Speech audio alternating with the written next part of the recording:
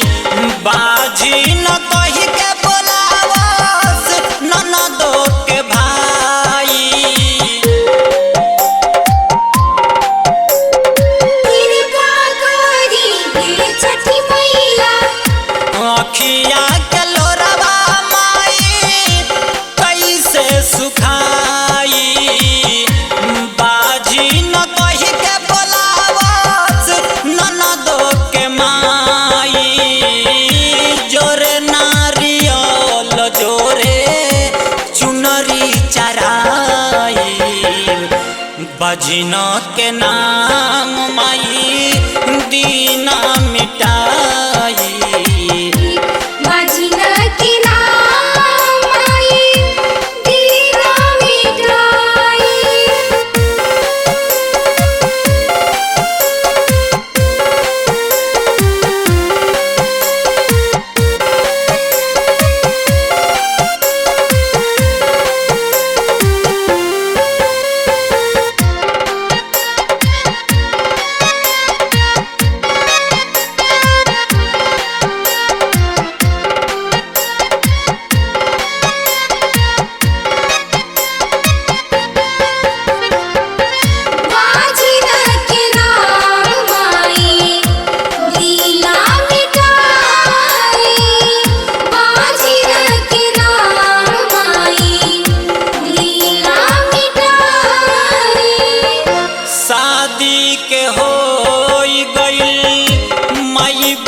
साल हो अजले न भइले कहूँ गोदिया में लाल हो।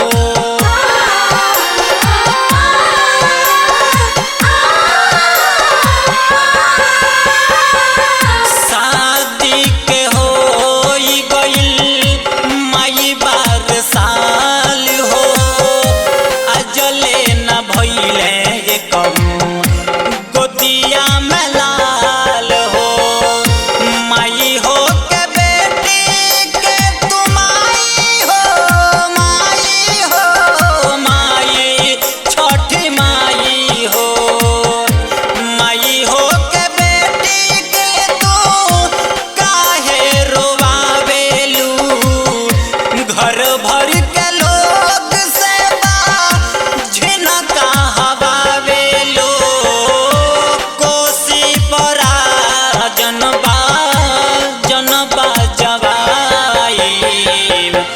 बजनों के नाम माई दीना मिटाई। बजना के नाम माई दीना मिटाई।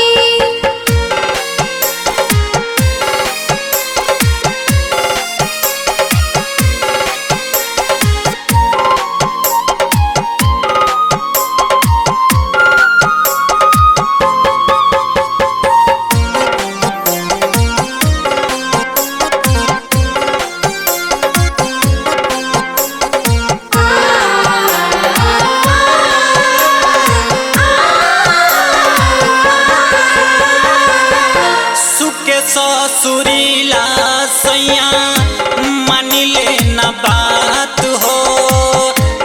अरविंद मुना देवरू दिहिले न साथ हो।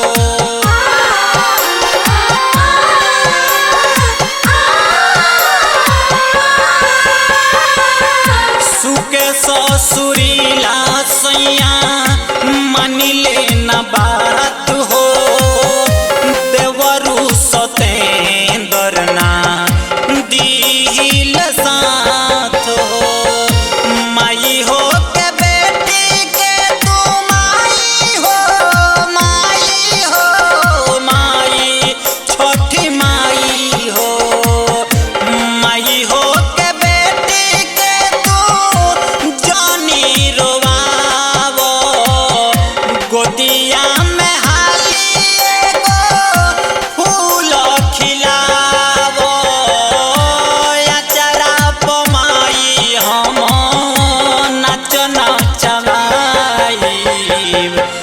बाजिन के नाम माई दीना मिटाई बाजिन के नाम माई दीना मिटाई अखिया के लोरवा माई कैसे सुखाई बाजिन कही के बोलावत ननदो के माई जोरे नारियल जोरे चुनरी चराई बाजिन के नाम माई दीना मिटाई बाजिन के नाम माई दीना मिटाई बाजिन के नाम माई दीना मिटाई